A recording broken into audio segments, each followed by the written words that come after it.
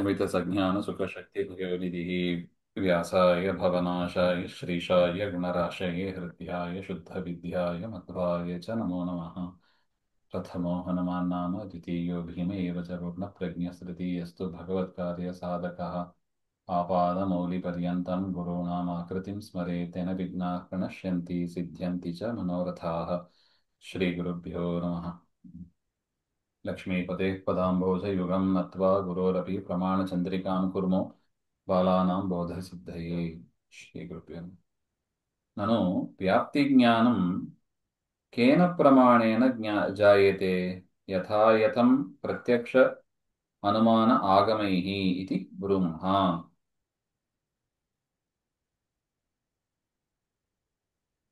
ननु ಹಾಗೆಂತ ಬಂದರೆ ಪೂರ್ವ ಪಕ್ಷ ಅಂದರೆ ಆಕ್ಷೇಪ ಅಂತ ಅಥವಾ ಪ್ರಶ್ನೆ ಅಂತ ನಾವು ನೋಡಿದ್ದೀವಿ. ನನು ಅಂತ ಶುರುವಾಗ್ತಾ ಇದೆ. ಈ ಪ್ರತ್ಯಕ್ಷ ಜ್ಞಾನವು ನಮಗೆ ಹೇಗೆ ಹುಟ್ಟುತ್ತದೆ ಅಂದರೆ ಯಾವ ಪ್ರಮಾಣದಿಂದ ಹುಟ್ಟುತ್ತದೆ ಹಾಗೆ ಅಂತ ಪ್ರಶ್ನೆ. ಯಾವುದು ಈ ವ್ಯಾಪ್ತಿ ಜ್ಞಾನ? ಉದಾಹರಣೆಗೆ ಯತ್ರ ಧೂಮಃ ತತ್ರ ವನ್ನಿಃ ಅಂತ ನಾವೇನು ವ್ಯಾಪ್ತಿ ನೋಡ್ತೀವಿ, ಈ ವ್ಯಾಪ್ತಿ ಜ್ಞಾನ ನಮಗೆ ಹೇಗೆ ಬರುತ್ತದೆ? ಹಿಂದೆ ನೋಡಿದ್ದೀವಿ. ಹೇತುವಿನ ಜ್ಞಾನ ಆಗಬೇಕು, ಹೇತುವಿನ ಸ್ವರೂಪ ಪರಿಚಯ ಇರಬೇಕು, ಹೇತುವಿನ ಸ್ಮರಣೆಯಿಂದ ವ್ಯಾಪ್ತಿಯ ಸ್ಮರಣೆ ಆಗ್ತದೆ, ವ್ಯಾಪ್ತಿಯ ಸ್ಮರಣೆಯಿಂದ ಅನುಮಿತಿ ಹುಟ್ಟುತ್ತದೆ ಹಾಗೆ ಅಂತ ನಾವು ನೋಡಿದ್ವಿ. ಇದು ಅನುಮಿತಿ ಹುಟ್ಟುವ ಪ್ರಕಾರ. ಇಲ್ಲಿ ವ್ಯಾಪ್ತಿ ಹೇಗೆ ಬರುತ್ತದೆ ಹಾಗೆಂಬ ವಿಚಾರವನ್ನು ಮಾಡ್ತಾ ಇದ್ದಾರೆ. ನೋಡಿ, ಒಂದೊಂದೇ ಪಾರ್ಟ್ ಡಿಸ್ಕಸ್ ಮಾಡ್ತಾ ಇದ್ದಾರೆ. ಆ ತರ ಪ್ರಶ್ನೆ ಮಾಡಿದರೆ ಅದಕ್ಕೆ ನಾವು ಉತ್ತರ ಕೊಡ್ತೀವಿ. ಯಥಾಯಥಂ ಪ್ರತ್ಯಕ್ಷ ಅನುಮಾನ ಆಗಮೈಹಿ ಇತಿ ಬ್ರೂಮಃ. ಪ್ರತ್ಯಕ್ಷದಿಂದ ವ್ಯಾಪ್ತಿ ಜ್ಞಾನ ಗೊತ್ತಾಗ್ತದೆ, ಅನುಮಾನದಿಂದಲೂ ಗೊತ್ತಾಗ್ತದೆ, ಆಗಮದಿಂದಲೂ ನಾವು ವ್ಯಾಪ್ತಿಯನ್ನ ತಿಳಿತೀವಿ ಹಾಗೆ ಅಂತ ಹೇಳ್ತಾರೆ. ಏನ್ ನೋಡಿ, ತತ್ರ ತಾವತ್ ಧೂಮಸ್ಯ ಅಗ್ನಿನಾ ವ್ಯಾಪ್ತಿ ಮಹಾನಸಾದೋ ಪ್ರತ್ಯಕ್ಷ ಗಮ್ಯ. ಯತ್ರ ಧೂಮಃ ತತ್ರ ವನ್ನಿಃ ಎಂಬ ಆ ಒಂದು ವ್ಯಾಪ್ತಿ ಯಾವ ಪ್ರಮಾಣದಿಂದ ನಮಗೆ ಗೊತ್ತಾಯಿತು? ಪ್ರತ್ಯಕ್ಷವೋ ಅನುಮಾನವೋ ಆಗಮವೋ? ಪ್ರತ್ಯಕ್ಷದಿಂದ. ಪ್ರತ್ಯಕ್ಷದಿಂದ ಎಲ್ಲಿ ನೋಡಿದೀವಿ?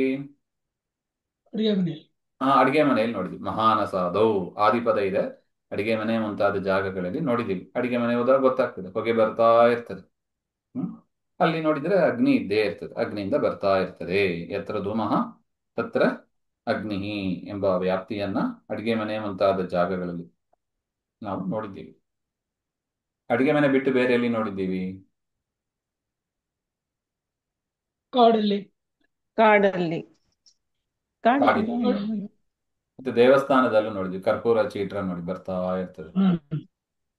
ದೇವ್ರ ಮನೆಯಲ್ಲಿ, ಹೋಮದಲ್ಲಿ, ಕರೆಕ್ಟ್ ನೋಡಿ, ಹೋಮದಲ್ಲಿ ಆ ತರ ಜಾಗದಲ್ಲಿ. ಸೊ ಇದೆಲ್ಲ ಯಾವುದು? ಪ್ರತ್ಯಕ್ಷದಿಂದ ನಾವು ವ್ಯಾಪ್ತಿ ಜ್ಞಾನವನ್ನ ಪಡಿತೀವಿ. ಇಷ್ಟೊಂದು ಕಡೆ ನೋಡಿದ್ದೀವಿ, ಅದರಿಂದ ಅಗ್ನಿ ಇರುವ ಕಡೆ ಎಲ್ಲಿ ಧೂಮ ಇದೆಯೋ ಅಲ್ಲಿ ಅಗ್ನಿ ಇದೆ ಹಾಗೆ ಅಂತ ನಾವು ವ್ಯಾಪ್ತಿ ಜ್ಞಾನವನ್ನ ನಾವು ಪಡೆದುಕೊಳ್ತೇವೆ. ಇಂತಹ ವ್ಯಾಪ್ತಿ ಜ್ಞಾನ ಬಂದ ಮೇಲೆ ಬೇರೆ ಕಡೆ ನಾವು ಹೊಗೆಯನ್ನ ನೋಡಿದರೆ ಅಗ್ನಿ ಇದ್ದೇ ಇರ್ತದೆ ಅಂತ ನಾವು ಅನುಮಿತಿಯನ್ನ ಅನುಮಿತಿಯನ್ನ ಪಡೀತೀವಿ ಅಂತ ಅರ್ಥ. ಅನುಮಿತಿ ಅನುಮಾನ ಡಿಫರೆನ್ಸ್ ಗೊತ್ತಾಗ್ತದಲ್ವಾ? ಅನುಮಾನದಿಂದ ಬರ್ತಕ್ಕಂಥ ಜ್ಞಾನ ಅನುಮಿತಿ ಅಲ್ವಾ? ಅನುಮಾನದ ರೂಪ ಹೇಗಿರುತ್ತದೆ? ಪರ್ವತಃ ವನ್ಯಮಾನ್ ಧೂಮಾತ್, ಈ ರೀತಿಯಾಗಿ ವಾಕ್ಯಗಳನ್ನು ಹೇಳಿದರೆ ಅದು ಅನುಮಾನ ಅಂತೀವಿ. ಪರ್ವತೋ ವನ್ಯಮಾನ್ ಧೂಮಾತ್ ಮಹಾನಸವತ್ ಹಾಗೆ ಅಂತ ಈ ರೀತಿಯಾಗಿ ಪ್ರಯೋಗ ಮಾಡಿದರೆ ಅದನ್ನ ಅನುಮಾನ ಅಂತ ಹೇಳ್ತೀವಿ. ಇದರಿಂದ ನಮಗೆ ಬಂದ ಜ್ಞಾನ ಯಾವುದು? ಅದನ್ನ ಅನುಮಿತಿ. ಸರಿ.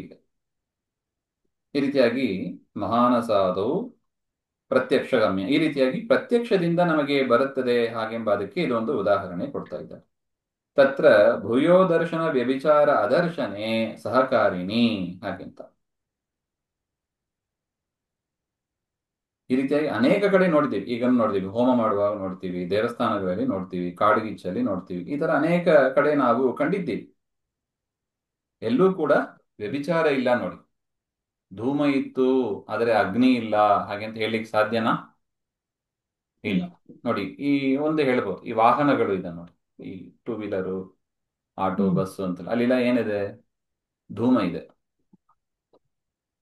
ಅದರಲ್ಲಿ ಅಗ್ನಿ ಇದೆಯಾ ಹಾಗೆಂದ್ರೆ? ನೀ ಕಾಣಿಸೋಲ್ಲ, ಇಂಟರ್ನಲ್ ಕಂಬಸ್ಟನ್ ಅದು. ಹಾ, ಇಂಟರ್ನಲ್ ಕಂಬಷನ್ ಇಂಜಿನ್ ಇದೆ ನೋಡಿ. ಅದರಿಂದ ಇರಲೇಬೇಕು ಅದು. ಹ್ಮ್ ಈ ಜ್ವಾಲಾಮುಖಿಯಾದ ಅಗ್ನಿ ಇಲ್ಲದೆ ಇದ್ರೂ ಕೂಡ ಅಗ್ನಿ, ಯಾಕಂದ್ರೆ ಬಿಸಿ ಇದೆ ನೋಡಿ, ಇಂಜಿನ್ ಮುಟ್ಟಿದ್ರೆ ಹೇಗಿರ್ತದೆ, ಬಿಸಿಗೆ ಇರ್ತದೆ. ಸೊ ಅದರಿಂದ ಅಲ್ಲೂ ಕೂಡ ನಾವು ಹಲವಾರು ಕಡೆ ಕಂಡಿದ್ದೇವೆ, ಎಲ್ಲಿ ವ್ಯಭಿಚಾರ ಇಲ್ಲ ನೋಡಿ. ಅಗ್ನಿ ಇತ್ತು, ಸಾರಿ, ಧೂಮ ಇತ್ತು, ಅಗ್ನಿ ಇಲ್ಲ ಅಂತ ಎಲ್ಲೂ ವ್ಯಾಪ್ತಿಗೆ ಭಂಗ ಬಂದಿಲ್ಲ. ಆ ಕಾರಣದಿಂದ ವ್ಯಾಪ್ತಿಯನ್ನು ನಿಶ್ಚಯ ಮಾಡಿಕೊಂಡಿದ್ದೀವಿ. ಈ ತರ ನಿಶ್ಚಯ ಜ್ಞಾನ ನಮಗೆ ಏನಾಗ್ತದೆ? ತತ್ರ ಭೂಯೋ ದರ್ಶನ ವ್ಯಭಿಚಾರ ಅದರ್ಶನೇ ಹ್ಮ್ ಸಹಕಾರಿಣಿ. ಇದು ನಮಗೆ ಸಹಕಾರಿಯಾಗ್ತದೆ, ಈ ರೀತಿಯಾದ ಒಂದು ನಿಶ್ಚಯ ಜ್ಞಾನ ನಮಗೆ ಸಹಕಾರಿಯಾಗ್ತದೆ ಹಾಗೆ.